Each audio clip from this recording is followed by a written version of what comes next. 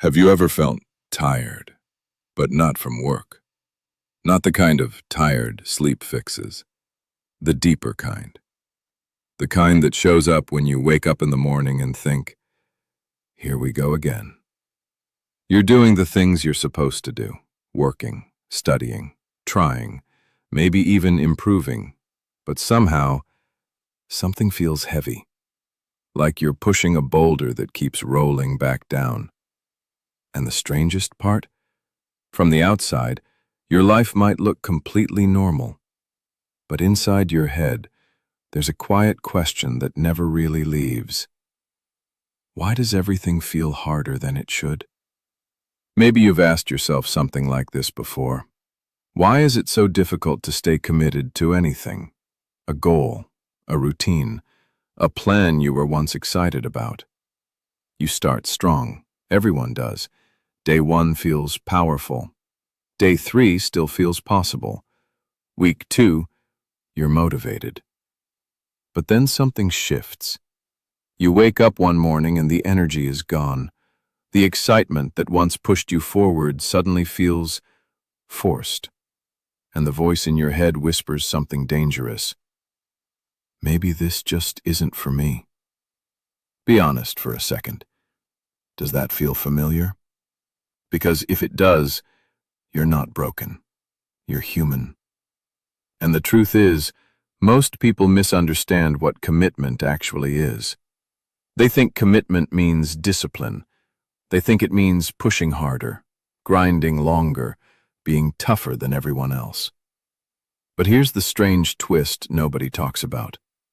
The people who stay committed the longest aren't usually the most disciplined. They're the ones who understand something deeper about the mind, something that changes how struggle feels. But before we get there, we need to talk about the real problem. Because commitment rarely fails for the reason people think. Most people assume they quit because they're lazy, or distracted, or not strong enough. But the real reason is far more subtle, and once you see it, you'll start noticing it everywhere. Imagine someone decides to change their life. Maybe they want to get healthier. They start going to the gym. For the first week, it feels amazing. They're proud of themselves. Progress feels visible. The identity shift begins. I'm someone who works out now. But then week 3 arrives, and something small happens. They wake up tired, or work gets stressful, or they miss one workout, just one. And suddenly the brain starts telling a different story. See? You're already slipping. And this is where the invisible battle begins. Not between effort and laziness, but between two versions of you. The version who wants the future, and the version who wants relief right now. And here's the part that gets interesting. Your brain isn't designed to care about your goals. It cares about comfort, safety, energy conservation. Which means the moment something becomes difficult, your brain begins negotiating. Quietly, subtly. It starts offering logical-sounding excuses. Maybe tomorrow. You deserve a break. This probably won't matter anyway. And the scariest part? Those thoughts feel reasonable. They don't sound like sabotage. They sound like common sense. So you listen. You skip the workout. You delay the project. You push the plan to next week. And in that moment, something invisible happens. Your brain learns a pattern. Discomfort appears. You escape it. Relief follows. Which means next time discomfort shows up, your brain will push even harder for escape. Now pause for a second. Think about your own life. How many goals started with excitement and slowly faded like this? 1? 5? More than you can count? Don't overthink it. Just notice the number in your head, because that number tells a story, not about failure, but about conditioning. You weren't failing your goals. Your brain was simply following the rules it learned. But here's where things start to shift. Because the people who stay committed against the odds, the ones who keep moving even when motivation disappears, they've discovered something almost unfair. They stopped trying to win the motivation battle. Instead, they changed the game entirely. But before we get there, there's a realization that tends to hit people like a brick. And once it clicks, it changes the way you see every struggle you've ever had. The problem was never your effort. It was your relationship with discomfort. And the moment you understand that, commitment stops feeling like punishment and starts feeling like control. But here's the part nobody expects. Learning this doesn't immediately make things easier. In fact, at first, it makes the truth almost impossible to ignore. And when that moment hits, most people react in one of two ways. They either look away, or they finally start paying attention. Which one are you right now? The one looking away, or the one starting to see it? Because what comes next is where the real shift begins. Why do we keep quitting things we once deeply wanted? Not casually wanted, deeply wanted. The kind of goal that once kept you awake at night. The kind that made you imagine a different life, a healthier body, a calmer mind, a career you actually care about. For a moment, it all felt possible. But then life happened, or at least that's the story we usually tell ourselves. Work got busy, energy dropped, things became complicated, and slowly, the goal drifted into the background. But here's the uncomfortable thought most people avoid. What if life wasn't the thing that stopped you? What if it was something much quieter than that? Something that shows up inside your mind long before the outside world ever interferes? Because commitment rarely breaks in dramatic moments. It breaks in tiny ones. The alarm rings. You hesitate. The gym feels far away. You tell yourself one small lie. I'll start again tomorrow. Now here's the interesting part. That sentence feels harmless, almost responsible. After all, everyone deserves rest, right? But here's where the mind plays a clever trick.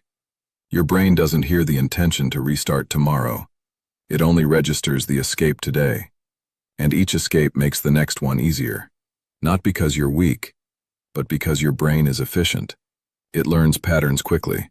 If avoiding discomfort leads to relief, it will push you to avoid it again. This is the psychological loop that quietly destroys commitment. Discomfort, escape, relief, repeat. And once this loop becomes familiar, your brain begins protecting it. It starts generating stories to justify quitting. I'm just not motivated today. This probably isn't the right path anyway. Maybe I need to find my real passion first. And here's the twist. Some of those thoughts might even sound wise, but they usually appear at the exact moment effort becomes uncomfortable. Strange timing, right? Let me ask you something. Have you ever noticed how convincing quitting feels, only in the moment of struggle? But later, when the pressure fades, you look back and think, why did I stop? That's not a lack of intelligence. That's a psychological illusion. In the moment of discomfort, your brain prioritizes short-term relief over long-term identity. And identity is the real battlefield here. Because every action you take is quietly answering a question. What kind of person am I? When you follow through on something difficult, you send your brain a signal. I'm someone who does hard things. But when you escape discomfort, your brain receives a different signal. I'm someone who stops when things feel hard. Now pause for a moment. Which identity has your brain been collecting evidence for? Don't rush the answer.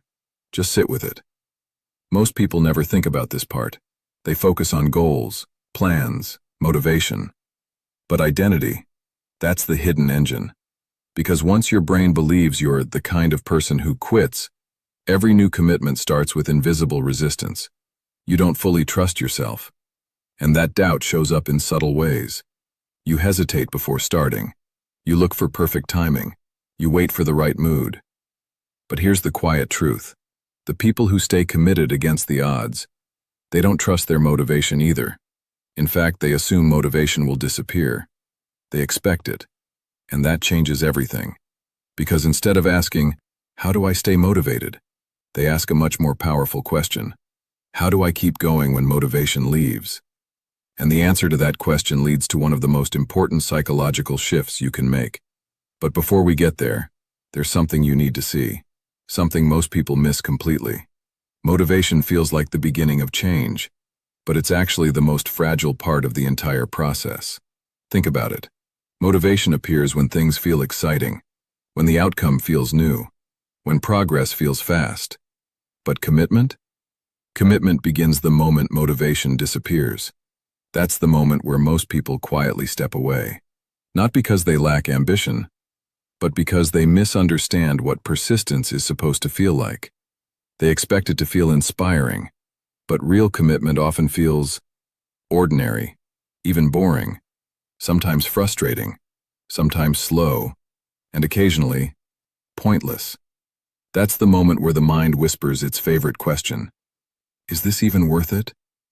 And that question has ended more dreams than failure ever did. Here's a strange confession. I used to believe that question meant something was wrong. Like maybe I picked the wrong goal. Maybe I lacked passion. Maybe successful people simply felt more certain. But over time, something surprising became clear. That question shows up for everyone, even the people who eventually succeed. The difference? They don't treat the question as a signal to stop, but wait until you hear what they discovered about the brain. Because once you understand this, a lot of your past struggles suddenly start making sense.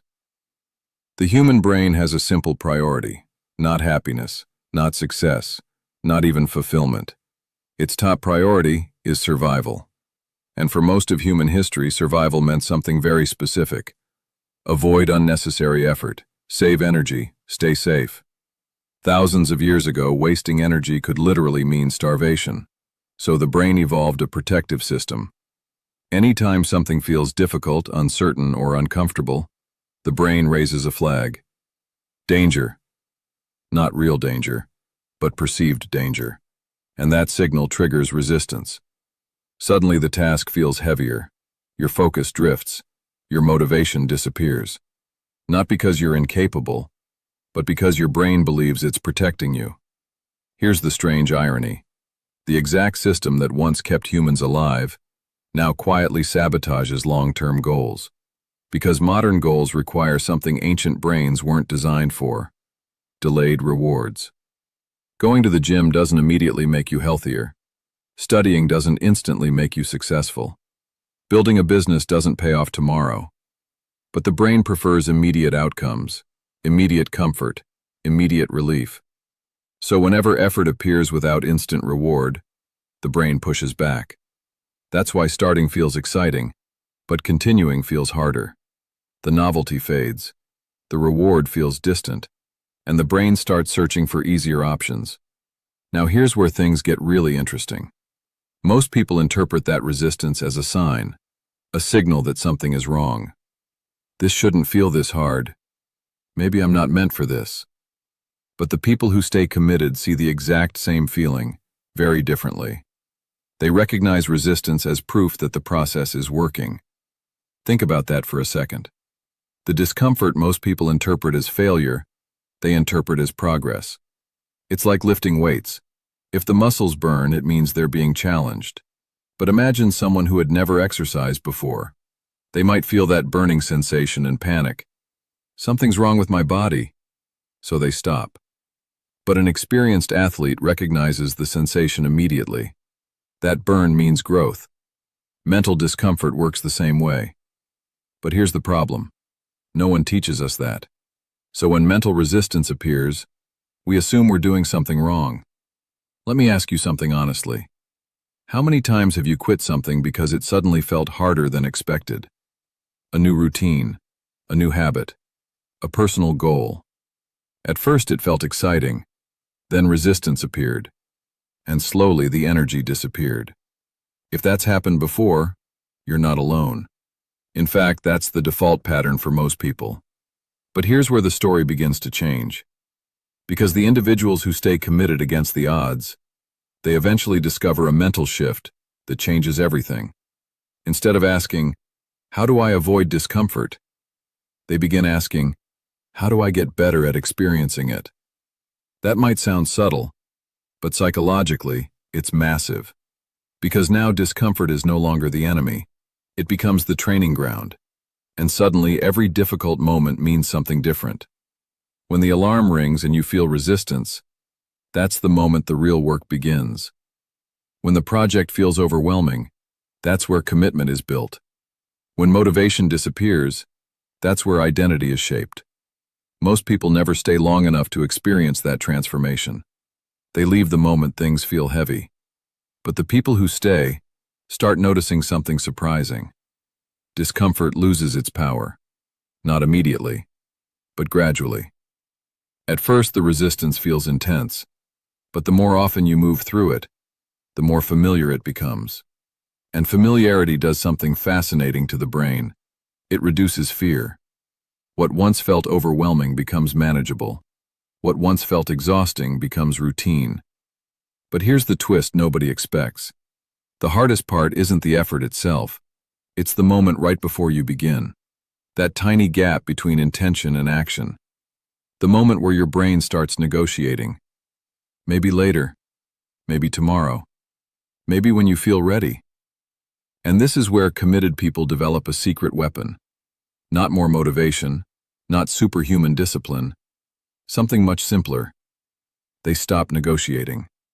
And that small decision creates one of the most powerful psychological advantages you can have. Learning to stop negotiating doesn't mean forcing yourself to be perfect. It means understanding something deeper about how habits and identity evolve. Because commitment isn't built through massive heroic actions. It's built through quiet, almost invisible moments. Moments where you choose to continue, even when it would be easier to stop. There's a mental trap almost everyone falls into before commitment becomes real, and it hides behind something that sounds completely reasonable. Perfection. Not the obvious kind, the quieter version, the kind that whispers things like, "I'll start when I'm fully ready. I just need the right system first. I want to do it properly." At first glance, that sounds responsible, careful, even smart. But underneath that logic is a subtle escape route, because "not ready yet" can stretch forever. And the brain loves that. No risk, no discomfort, no proof that things might actually be harder than expected. So the plan stays in the future, safe, untested. But here's the part nobody talks about. Perfectionism isn't really about high standards. It's about avoiding the emotional cost of imperfection. Because starting something real means facing something uncomfortable. Evidence. Evidence of where you actually are, not where you imagine yourself to be. Not the version of you that exists in your plans. The real version. And that moment can feel brutal. You start the project and realize you're slower than you thought. You go to the gym and realize you're weaker than expected. You try a new skill and realize how much you don't know.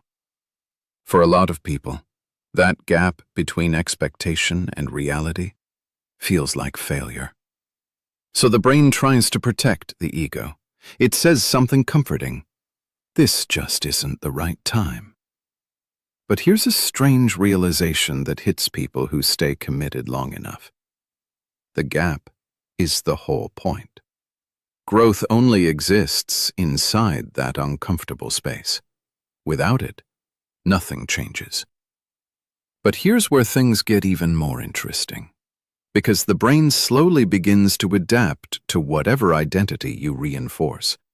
Every time you act despite discomfort, you're rewriting a tiny piece of your internal story. At first, it feels insignificant. One workout, one focused hour, one uncomfortable conversation. But the brain doesn't measure change by intensity. It measures patterns, repeated signals. And once those signals start stacking up, your identity begins shifting quietly in the background. You're no longer trying to be disciplined. You're becoming someone who shows up. That difference sounds small, but psychologically, it's enormous. Because once identity changes, behavior follows naturally. Think about someone who identifies as a reader. They don't force themselves to read every day. They simply read. Someone who identifies as a runner runs. The action becomes normal, expected, almost automatic. And the same transformation happens with commitment.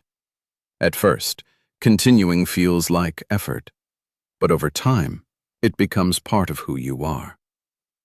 But here's the moment where many people experience a surprising emotional shift. They realize something they never expected. Commitment actually creates freedom, not restriction. Freedom. Because when you stop negotiating with every decision, life becomes quieter, simpler. You don't waste energy debating whether you'll do the thing. You already decided. And that clarity removes an enormous amount of mental friction. No endless self-debates, no constant guilt, just movement. But here's a thought that might feel uncomfortable. A lot of people secretly fear commitment for this exact reason. Because commitment removes the safety of excuses. If you fully commit, you'll eventually discover what you're capable of. And that discovery can be intimidating. What if you try your hardest and still fail? What if the effort exposes limits you didn't want to see? Those fears are real. Almost everyone experiences them.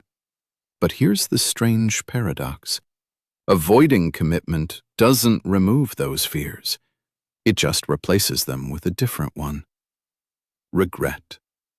The quiet question that appears years later, what would have happened if I kept going?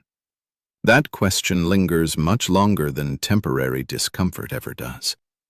And this is where the psychology of staying committed reveals its deepest truth. Commitment isn't about never struggling. It's about choosing which struggle you're willing to live with.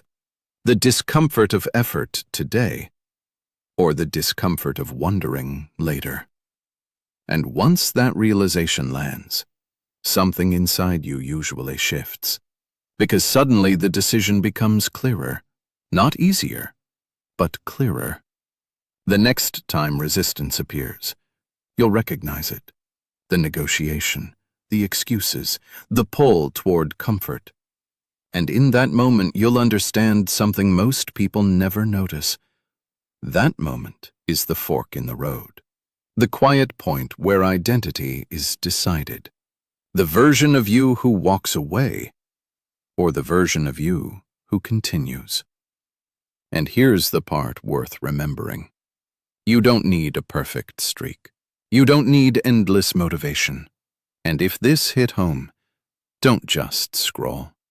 Subscribe, and start choosing the version of yourself that stays.